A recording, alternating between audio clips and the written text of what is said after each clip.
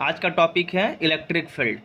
तो electric field किसी charge के अराउंड एक ऐसा स्पेस होता है जिसमें हम लोग इलेक्ट्रिक फोर्स को एक्सपीरियंस कर सकेंगे।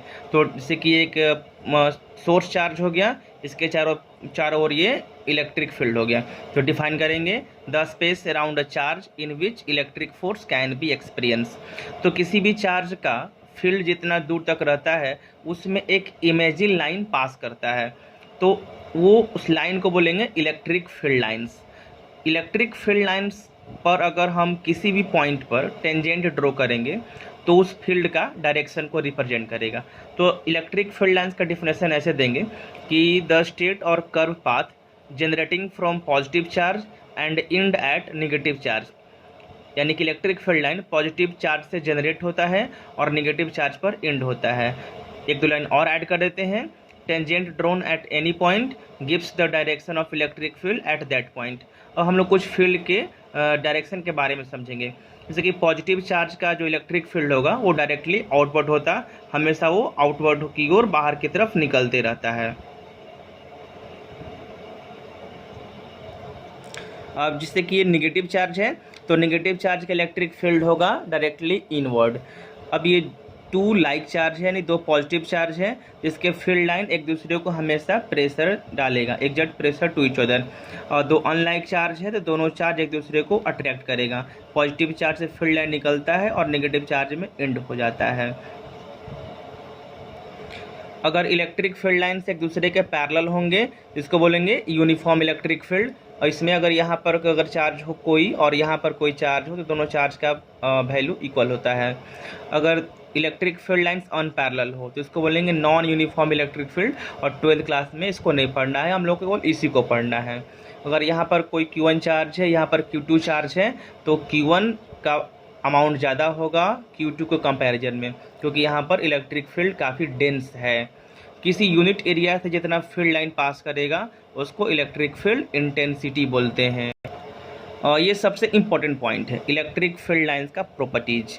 ये बोर्ड में पूछेगा, आप उसको याद करना है।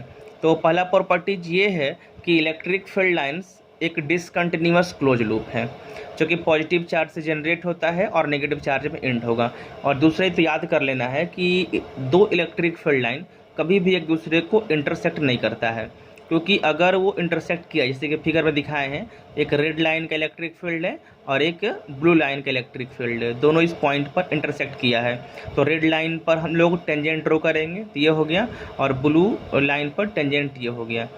तो अगर दो इलेक्ट्रिक फील्ड लाइन एक दूसरे को इंटरसेक्ट करता है तो इंटरसेक्शन पॉइंट पर टू टेंजेंट ड्रोन होंगे, और दो टेंजेंट का मतलब होता है दो डायरेक्शन ऑफ इलेक्ट्रिक फील्ड, जो कि ये पॉसिबल नहीं है। अब इलेक्ट्रिक फील्ड लाइन किसी मटेरियल के अंदर में एग्जिस्ट नहीं करता।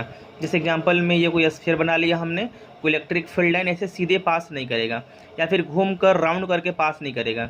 इलेक्ट्रिक फील्ड लाइन जब यहाँ आएगा तो इस मटेरियल में वो वैनिश हो जाएगा, गायब हो जाएगा और दूसरी तरफ से निकलेगा। इलेक्ट्रिक फील्ड लाइन कभी ब्रेक नहीं होता है। इलेक्ट्रिक फील्ड लाइन एक इमेजिन लाइन है। Electric field line due to unlike charge एक दूसरे को अट्रैक्ट करेगा और लाइक चार्ज एक दूसरे पर प्रेशर। अब इलेक्ट्रिक फील्ड का हम लोग एक्सप्रेशन निकालेंगे कि इलेक्ट्रिक फील्ड इंटेंसिटी क्या है। अभी जो डिफिनेशन पढ़ा कि यूनिट एरिया से जो पास करेगा उसको इलेक्ट्रिक फील्ड इंटेंसिटी बोलते हैं। अब इसको डिफाइन ऐसे करेंगे, सपोज ये इलेक्ट्रिक फील्ड है, इसमें यूनिट चार्ज को रखा गया, यूनिट पॉजिटिव चार्ज, इसको टेस्ट चार्ज बोलते हैं। तो किसी इलेक्ट्रिक फील्ड में अगर टेस्ट चार्ज रखा जाए और इस पर जितना फोर्स लगेगा उसको इलेक्ट्रिक फील्ड इंटेंसिटी बोलेंगे। या इसका मतलब कि electric field intensity at a point defined as the electric force when unit positive charge placed at that point. इसको हम लोग ऐसे भी डिफाइन कर सकेंगे, एक लाइन का डिफिनेशन होगा, electric force per unit charge is called electric field intensity, यानी इलेक्ट्रिक फील्ड बराबर फोर्स अपॉन चार्ज। एक वेक्टर क्वांटिटी है, इसकी यूनिट होगा न्यूटन पर कूलम, CGS होगा डायन पर ESU और डायमेंशन MLT-3 A-1। और इलेक्ट्रिक फील्ड का एक और यूनिट होता है वोल्ट पर मीटर, इसको हम लोग सेकेंड चैप्टर में पढ़ेंगे। अभी याद कर लीजिएगा, न्यूमेरिकल में इसका यूज हो आएगा। अब कुछ डेरिवेशन है electric field intensity due two point charge. जैसे कि एक O पॉइंट पर पॉइंट चार्ज है और P पॉइंट पर इससे R डिस्टेंस पर एक टेस्ट चार्ज है। टेस्ट चार्ज मतलब पॉजिटिव 1 कूलम चार्ज। तो कूलम्स लॉ के हेल्प से आप फोर्स निकाल सकते हैं Q1 Q0 4 pi epsilon not R square. Electric field होगा फोर्स अपॉन टेस्ट चार्ज। तो टेस्ट चार्ज को डिवाइड करेंगे तो कैंसिल होगा। इलेक्ट्रिक फील्ड का फॉर्मूला हो गया 4 pi epsilon not R square. इसको हम लोग लिख सकते हैं KQ by R square. Charge particle को अगर इलेक्ट्रिक फील्ड में मूव कराएंगे तो वो कैसे मूव करेगा, ये टॉपिक है। इस टॉपिक से आप एनसीईआरटी का 33 नंबर क्वेश्चन सॉल्व करेंगे। 33 नंबर क्वेश्चन में ये फार्मूला ड्राइव करना है।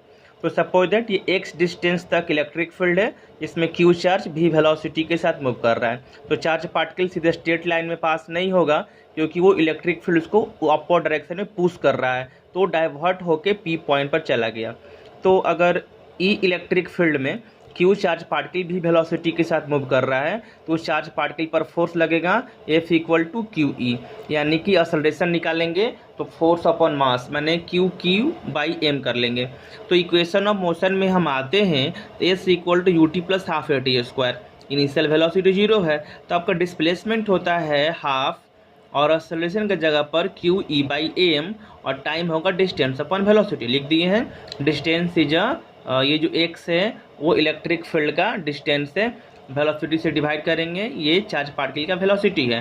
ये टाइम हो गया यहाँ पर। अब से कि उस इक्वेशन को हम लोग ऐसे लिख सकते हैं half Q by M X भी का स्क्वायर अपॉन ई। अब देखेंगे ये जो इक्वेशन है ये एनसीईआरटी का 33 नंबर क्वेश्चन में सॉल्व करना है। इस एक्सप्रेशन का पैसे भी लिख सकते हैं। तो देख रहे हैं कि ये पाराबोला का equation, this is a parabolic equation. तो यानी कि अगर इलेक्ट्रिक फील्ड में चार्ज पार्टिकल मूव कर रहा है तो वो पाराबोलिक पाथ में मूव करेगा। अब ये क्वेश्चन से एनसीईआरटी का 13 नंबर क्वेश्चन भी सॉल्व होगा। 13 नंबर क्वेश्चन में ये बोल रहा है कि 3 पार्टिकल को उसने इलेक्ट्रिक फील्ड में मूव कराया, उसको नीचे एक्सप्लेन किए हैं, इलेक्ट्रिक फील्ड में मूव कराया है। तो वो पार्टिकल ज़्यादा डेविएट करेगा जिसका चार्ज अपॉन मास रेशियो ज़्यादा है। चार्ज मास रेशियो को स्पेसिफिक चार्ज बोलते हैं।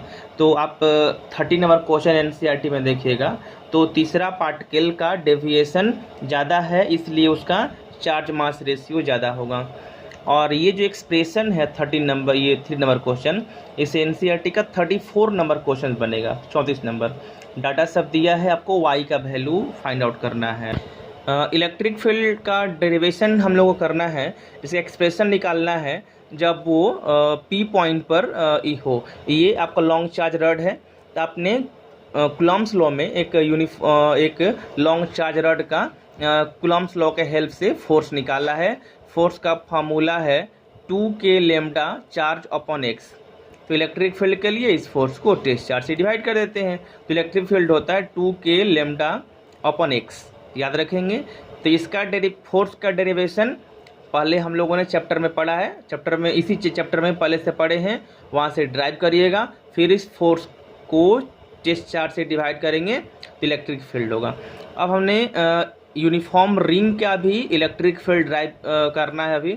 तो फोर्स का फार्मूला ड्राइव जो कि ये होता था Q not X upon R square X square power 3/2। R circle का रेडियस है, इसका डेरिवेशन हम लोग ने पिछले क्लास में किया था। तब इस फोर्स को टेस्ट चार्ज से डिवाइड करेंगे तो इलेक्ट्रिक फील्ड मिलेगा।